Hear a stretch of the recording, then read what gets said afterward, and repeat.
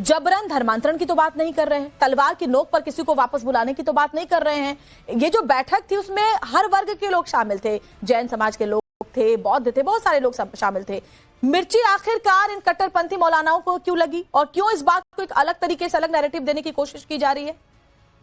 बहुत बहुत शुक्रिया आपका। देखिए, पहली बात तो ये कि घर वापसी पिछले 12-13 साल से इसकी चर्चा हो रही है, लेकिन आज तक कोई मैकेनिज्म आरएसएस नहीं बना पाई कि घर वापसी कैसे होगी, क्या उसका तरीक़ाकार होगा, क्या इंतजामात उसके किए जाएंगे, कैसे लोग घर वापसी। आज की तारीख में अगर मुसलमान कोई अपना नाम मुमताज़ अगर है और उसने अगर विजय रख लिया, मान लीजिए, तो आजकल कहते हैं कि साहब ये तो जिहाद कर रहा है। देखिए, नाम इसका असल में मुमताज था और ये विजय बन करके ये विजय चीजें बेचना है, इसको करेक्ट करिए। विजय बन करके लड़कियों को ये कह रहा है कि मैं विजय हूं और मैं असली में मुमताज है, तब सवाल उठता है। मैं आ रहा हूं, यही तो कह रहा हूं कि मैकेनिज्म तो बने। घर वापसी कैसे साबित होगी, कैसे, कौन सर्टिफिकेट देगा, कहां से सर्टिफिकेट जारी होगा, तो उसकी चिंता आप क्यों कर रहे हैं? नहीं, क्यों, कौन करेगा, क्यों चिंता करें? कैसे? अरे इतना मैं बता रहा हूं कि इनका मतलब क्या, इनके राष्ट्रीय मुस्लिम मंच है सर, राष्ट्रीय मुस्लिम मंच है, आपको राष्ट्रीय मुस्लिम मंच को क्यों नहीं ये घर वापसी कराते अब तक? अगर ये वाकई इनकी दोगली पॉलिसी, जो ये किसी को घर वापसी कराने की बात नहीं कर रहे, क्यों बना मेरी बात नहीं, आरएसएस ने राष्ट्रीय मुस्लिम मंच क्यों बना के रखा है? ठीक है, इसको तो चाहिए घर वापसी कराए। मोहम्मद वो घर वापसी करा नहीं रहे हैं तलवार, आप यहीं पर आप लोग क्या कर रहे हो ना, गलत तरीके से। नहीं, अच्छा ठीक है, मैं एक एक करके सबके पास आऊंगी। तेजी लाओ घर वापसी कराने में, ठीक है, क्या तेजी लाए, और अब तक क्यों तेजी नहीं आई थी, अब कैसे तेजी लाएंगे? ये गुमराह कर रहे हैं, ये धोखा दे रहे हैं, ठीक है, ये समाज में गलतफहमी पैदा कर रहे हैं। इसके अलावा इनके पास कोई एजेंडा नहीं। चाहते हैं कि असल मौजू पे बात ना हो, एप्स्टीन फाइल पे बात ना हो, महंगाई पे बात ना हो, बेरोजगारी पे बात ना हो, और यहाँ के आपसे मैं समझना चाहूंगी जिस तरह से, ठीक है, जिस तरह समझ गई सर मैं आपकी बात। अब निजेश सर के करके सभी मेहमानों के पास चलते हैं। अब निजेश सर, जिस तरह से मोहन भागवत एक सामान्य सी बात कर रहे थे कि अगर किसी प्रलोभन में, और देखिए ये जो मुद्दा है ये कोर्ट में भी उठा है, कोर्ट ने भी इस पर चिंता जाहिर की, कई बार की है कि प्रलोभन दे करके, डरा धमका करके, लालच दे करके अगर धन परिवर्तन किसी का कराया गया है और अगर वो अब अपनी मर्जी से वापसी करना चाहता है, मतलब इस तरह के धर्म जबरन प्रलोभन देकर गलत है, कोर्ट में भी कहा गया है। अगर मोहन भागवत ये कहते हैं कि कोई अपनी मर्जी से वापस आना चाहता है तो वो आ जाए, इसमें क्या गलत है? इसमें तलवार तो किसी के गले पर नहीं रखी जा रही है। आपको लगता है कि भागवत के घर वापसी वाले बयान को भड़काऊ टूल की तरह से कट्टरपंथी इस्तेमाल करने की कोशिश कर रहे हैं? भागवत जी के बयान से पहले ही अभी तमन्ना नाम की एक महिला थी जिन्होंने कांवड़ उठाई थी, वो क्या है, वो घर वापसी तो है। वो नाम बदल लेने से कुछ थोड़ा होता है। फैज खान साहब बैठे हैं, अगर ये शिव तांडव स्तोत्र का गान करते हैं, अगर ये वंदे मातरम बोलते हैं, तो यही तो है, और क्या है?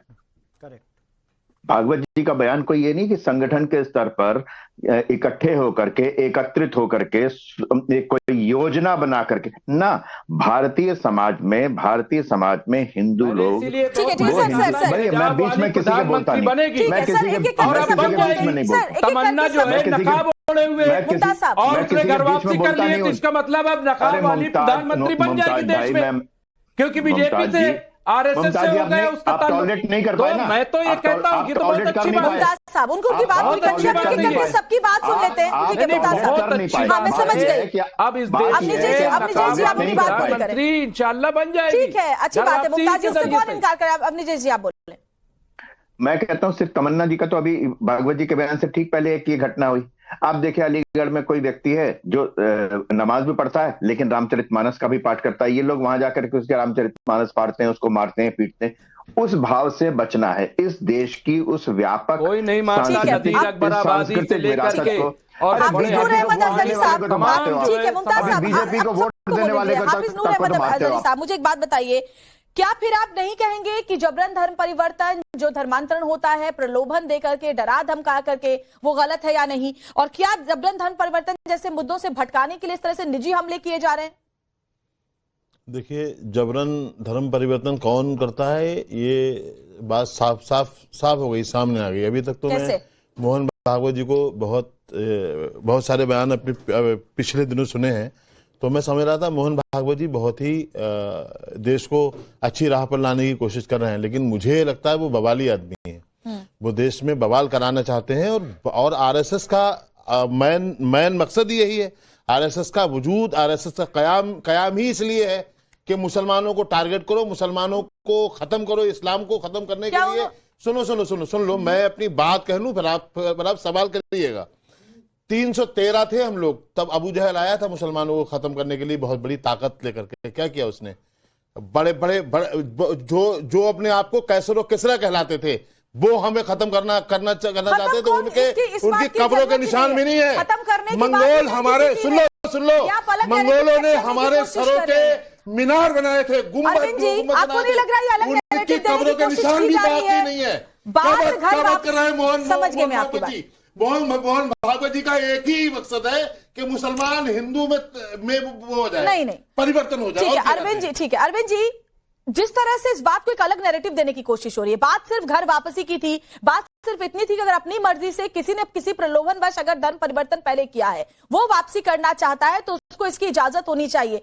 लेकिन जिस तरह से कह रहे हैं, अब जैसे आपने जरी साहब को सुना कि मुसलमानों को खत्म कर देंगे, ये अलग नैरेटिव सेट करने की कोशिश है। अरविंद जी, अजहरी साहब, आपसे मेरा हाथ जोड़ के निवेदन है, बीच में मत बोलिएगा। सभी पैनलिस्टों से निवेदन है, मेरा बात बाद में खंडित जिसको करना होगा तर्कों के आधार पे कर देगा।